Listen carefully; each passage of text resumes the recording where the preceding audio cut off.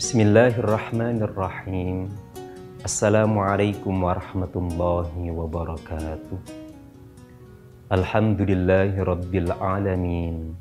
Wassalatu wassalamu ala sayyidil awwalin wal akhirin, nabiyyina Muhammadin wa ala alihi wa ashabihi ajma'in. Amma ba'd.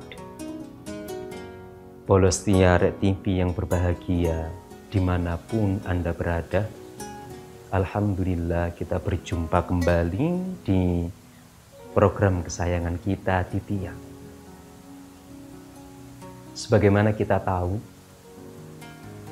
ketika baginda Nabiullah Adam alaihissalam dan ibunda Hawa radhiyallahu ta'ala anha pada akhirnya oleh Allah diturunkan ke bumi, bersamaan dengan beliau berdua, Allah juga menurunkan iblis.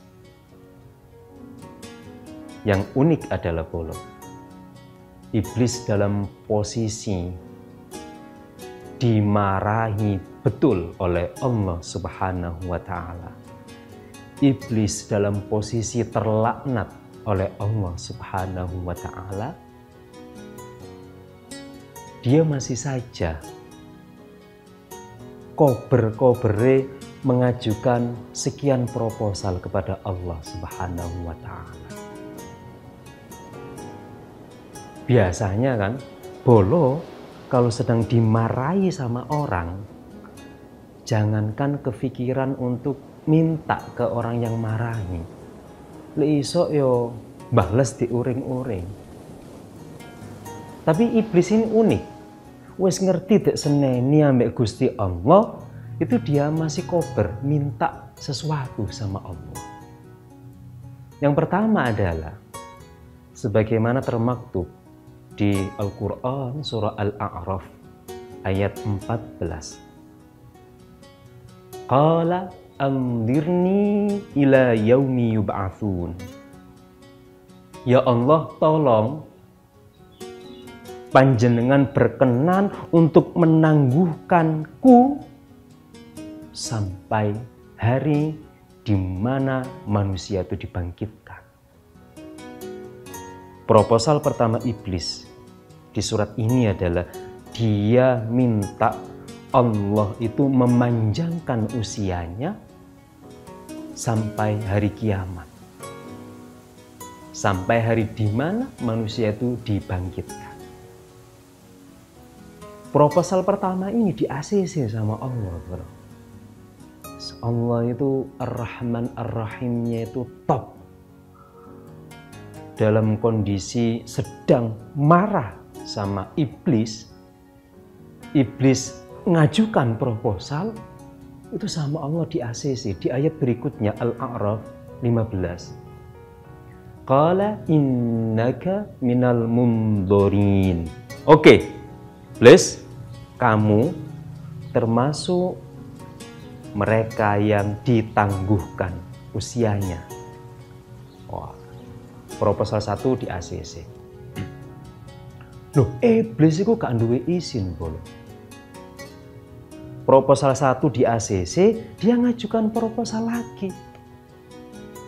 Di surah Al-A'raf ayat berikutnya, 16. Qala fabima aghwaytani la aq'udanna lahum siratakal mustaqim.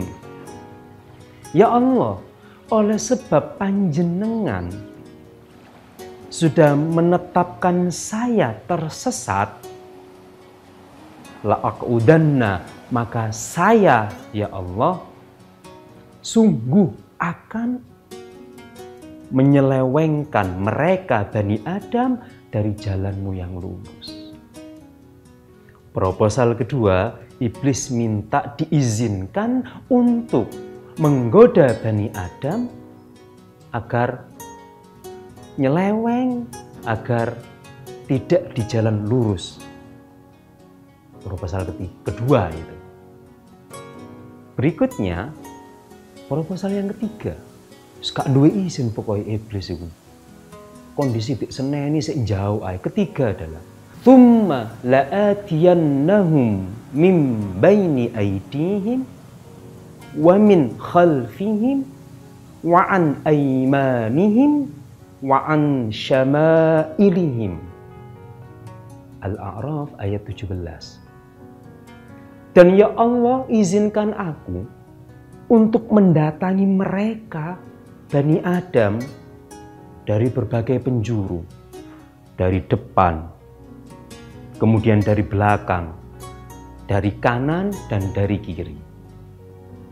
3 proposal iblis saat dia dimarahi sama Allah. Pertama, minta ditangguhkan usianya sampai hari akhir. Yang kedua, mohon ACC, mohon izin untuk menggoda Bani Adam. Yang ketiga, mohon izin untuk menggoda dari berbagai penjuru. Dan ketiga-tiganya bolo di ACC sama Allah Subhanahu wa Ta'ala. Itulah iblis itu kalau dalam bahasa Al-Quran, juga dalam bahasa hadits, itu kan disetatuskan sebagai aduwwullah, musuhnya Allah. Nah, ketiganya ini sudah di ACC, dan di antara manifestasi godaan iblis adalah kadang-kadang seorang hamba itu dibikin was-was saat dia hendak beribadah. Contoh begini, Bolo. Pernah nggak panjenengan itu ya, misalkan mau sholat, takbirnya itu dibolan baleni. Allah, gak mantep rek. Allah, kurang mantep. Allah, dibolan baleni. Atau saat wudhu, nawaitu, dibolan baleni. Setiap mau hendak ibadah, bersesuci, berwudu, atau mandi besar, merasa was-was. Seolah-olah belum pas niatnya. Ketika mau sholat, merasa was-was. Seolah-olah belum pas takbir sama tit niatnya. Nah, was-was ini Bolo adalah di antara dari manifestasi godaan iblis kepada manusia. Nah, lalu bagaimana? Mungkin tidak semua orang itu mengalami was-was semacam ini. Tapi mungkin ada. Kali ini akan saya sajikan beberapa tips menyikapi was-was, mengobati was-was ala Syekh Ibnu Hajar Al-Haytami dalam kitab beliau Fatawa Al-Kubra Al-Fiqhiyah. Apa saja, Bolo? Jangan kemana-mana, tetap di titian.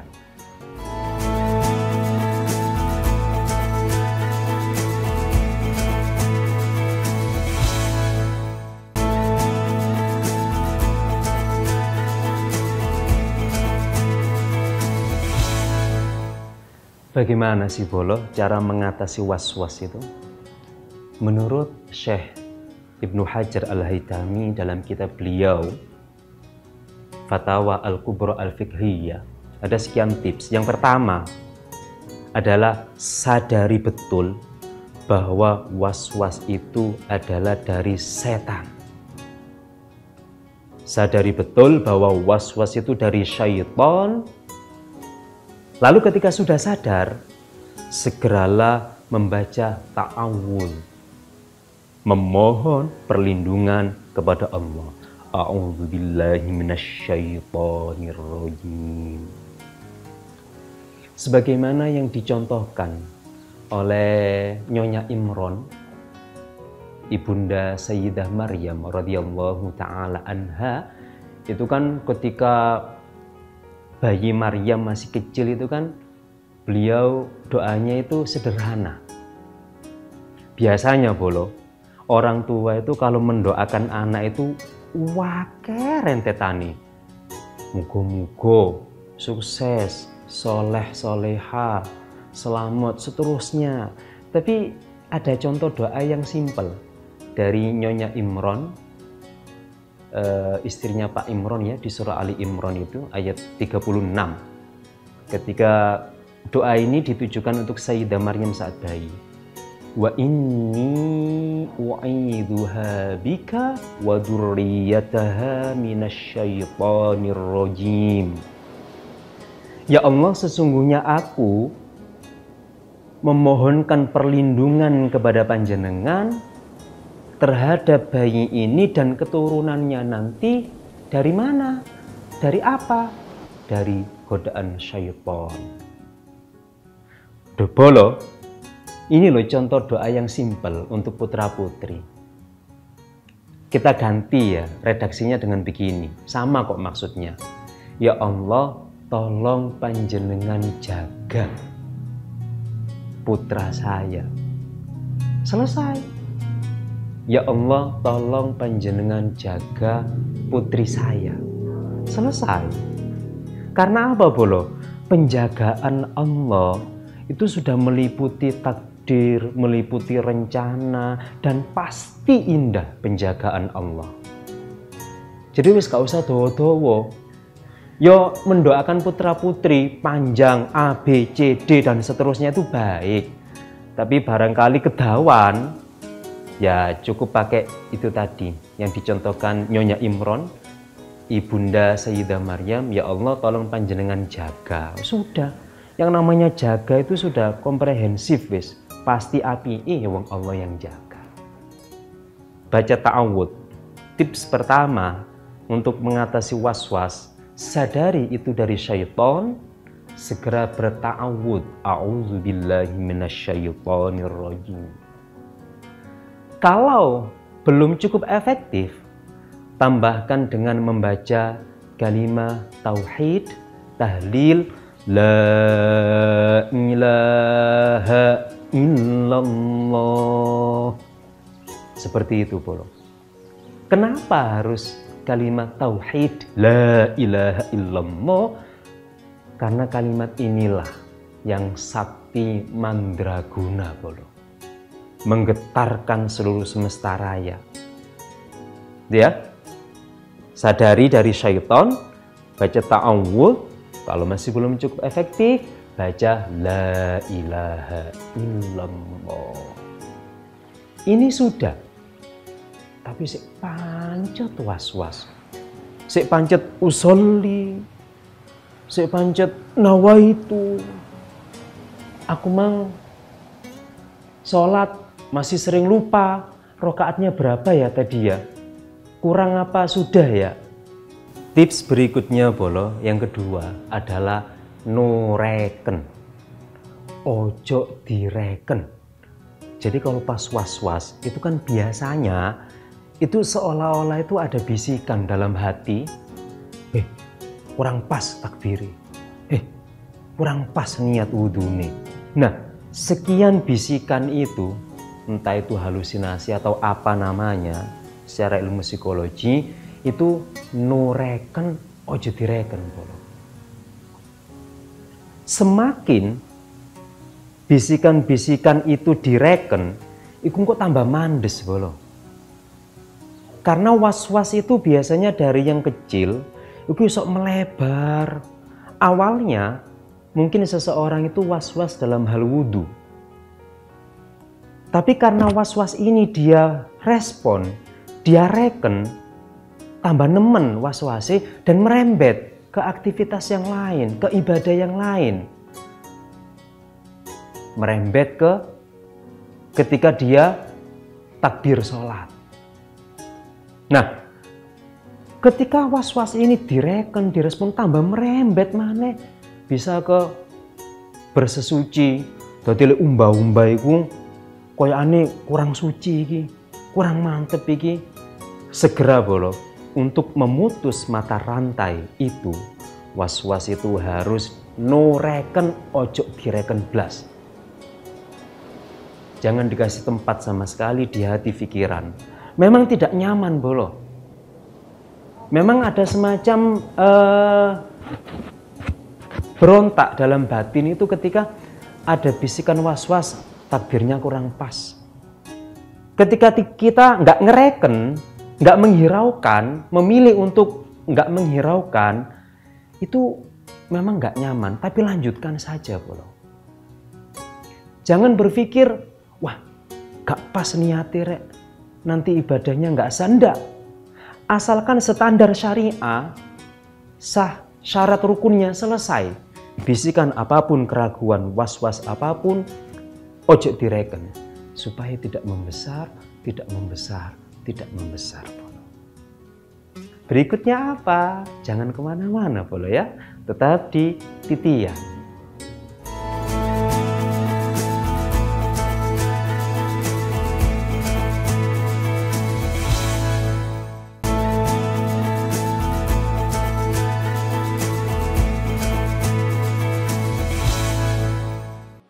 Baik bolo, jumpa kembali di program kesayangan kita Titian. Tadi sudah 2 tips mengatasi was-was. Yang ketiga berikutnya adalah yakinkan, ingat dalam hati bahwasanya itu agama itu mudah. Agama itu mudah untuk dilaksanakan oleh pemeluknya. Sebagaimana yang Allah firmankan dalam surah Al-Baqarah ayat 185, yuridullahu bikumul yusra wala yuridu bikumul usra. Allah itu menghendaki kemudahan untukmu dan tidak menghendaki kesulitan. Meskipun ayat ini secara spesifik itu berbicara tentang konteks berpuasa, tapi juga kita bisa generalisasikan dalam konteks seluruh ibadah. Atau di ayat lain, la yukallifullahu nafsan illa wus'aha. Yakini bahwa agama itu didesain sedemikian rupa oleh Allah itu mudah dan nyaman untuk dilakukan. Karena bolo, orang itu ketika was-was, dan was-was ini itu sudah mulai menjalar, sudah mulai mengganggu pikiran hati dia, itu pasti dia ada dugaan ibadah itu susah. Kesannya itu agama itu kesannya itu memberatkan. Nah, supaya kesan ini, gangguan pikiran ini, mindset ini itu tidak berkembang lebih jauh, segera putus dengan keyakinan bahwa Allah itu mendesain agama itu mudah dan nyaman dilakukan oleh pemeluknya. Yang terakhir, yang keempat adalah perkaya diri dengan ilmu agama. Untuk apa? Karena begini bolo, kalau kita wawasan keagamaan kita utamanya seputar fikih, seputar syariah, fikih sholat, fikih puasa, fikih zakat, fikih haji, semua ritual-ritual resmi dalam agama, bolo akan tahu parameter ibadah itu sah atau tidak itu di sana ada syarat, ada rukun, ada sesuatu yang membatalkan. Dengan wawasan agama yang cukup luas, bolo akan tidak mudah dibujuk oleh syaitan dengan was-was tadi. Karena bolo tahu, kadang-kadang soalnya begini, ada semacam bisikan, Allah, takbirnya kurang mantep iku niate. Engko lek gak mantep, gak sah iku salate. Ulangi. Tapi kalau bolo tahu bahwasanya niat itu bagaimana perspektif syariahnya, dilakukannya itu seperti apa, sahnya tidaknya itu seperti apa, maka bolo akan tidak mudah terjebak dalam was-was, yang ini adalah bagian dari tipu daya syaitan tadi. Dan Bolo sedikit curhat bahwa saya secara pribadi pernah mengalami fase was-was seperti ini dalam waktu yang cukup lama, beberapa tahun. Karenanya saya tahu betul rasanya was-was itu. Seolah ada bisikan, gak mantep, akhirnya saya mengulang sholat. Seolah ada bisikan, gak sah, akhirnya saya mengulang wudhu. Seolah ada bisikan, cucianmu gak suci, basuhannya kurang sip, akhirnya saya mengulang untuk mensucikan pakaian. Dan ini tuh dalam kondisi yang lama, saya pernah merasakan beragama itu kok berat sih rasanya. Tapi alhamdulillah Bolo, atas perkenan Allah, saya bisa melewati itu semuanya. Dengan tadi beberapa tips dari Ibnu Hajar Al-Haytami, dan tentu atas perkenan Allah yang utama. Pertama, sadari bahwa was-was itu adalah dari syaitan. Segera berta'awud, segera melafadzkan la ilaha illallah. Yang kedua, no reken, ojo direken wis. Apapun bisikan yang seolah-olah mbuh opo, gak usah direken. Jarno. Yang ketiga, yakini bahwa Allah itu mendesain agama mudah dan nyaman untuk dilakukan. Yang keempat, perkaya diri dengan wawasan keagamaan, utamanya urusan ritual-ritual ibadah mahdhah, ibadah resmi. Gitu Bolo ya. Yang sedang was-was semoga lekas pulih. Yang belum, mudah-mudahan gak Bolo. Nelongso Bolo, aku tahu ngerasa soalnya. Gitu saja Bolo ya. Semoga bermanfaat. Terima kasih setia menyaksikan. Jumpa kembali episode berikutnya. Ihdinas shiratal mustaqim. Wassalamualaikum warahmatullahi wabarakatuh.